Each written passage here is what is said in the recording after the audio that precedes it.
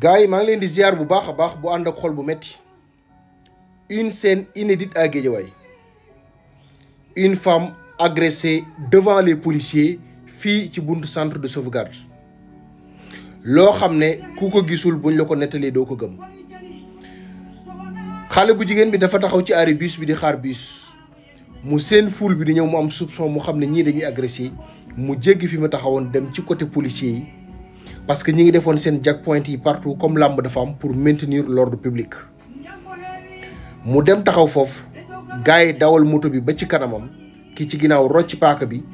ne ko mu jox ko téléphone bi xale bu jigéen bi patiné mu gën a insister xale bu jigéen bi tiit jox ko téléphone bi devant les policiers moins de 5 mètres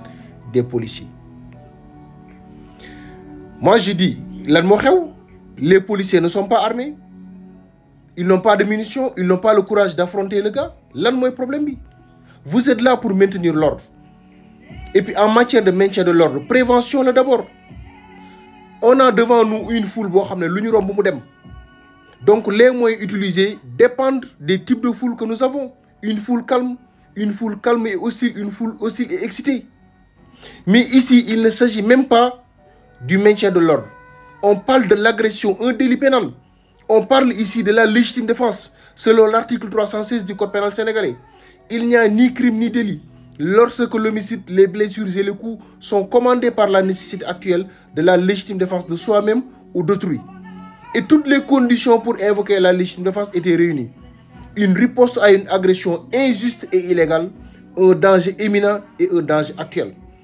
ici il s'agissait de protéger autrui une citoyenne qui cherchait refuge auprès des policiers et qui sont censés la protéger lan la ñu def xaar ba borom moto yi dem ñu ne ñu taal oto bi topp si du jamais vu dans l'histoire du monde